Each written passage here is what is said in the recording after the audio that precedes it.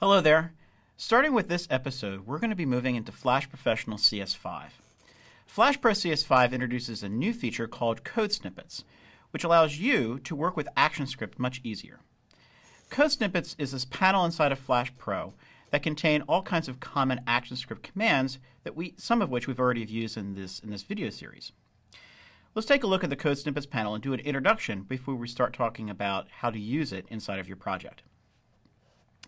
So in Flash Professional CS5, I've actually modified my workspace a little bit.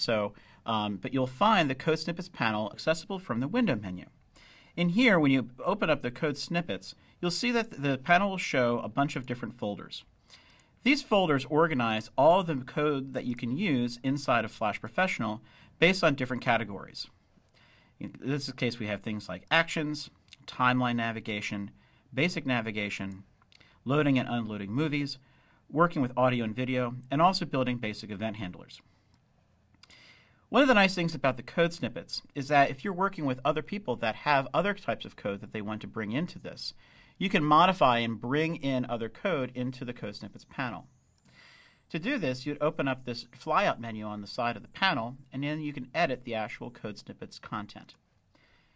The code snippets are written in XML, so you'd have to understand XML in order to modify the code snippets panel.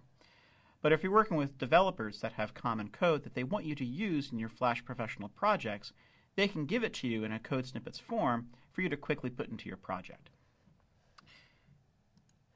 The other nice thing about the code snippets is when I use them in my project, they're going to be contextually aware around what I'm working with. So if I have an object that I want to apply an action to, when I apply the code snippet, it will then add that directly to the object that I have selected on the stage. What we're going to be doing in the next few videos is introduce the code snippets that are part of the Actions section. We'll then be introducing how you can hide and show objects, change the position of objects, and do other common things with actions around different objects on the stage.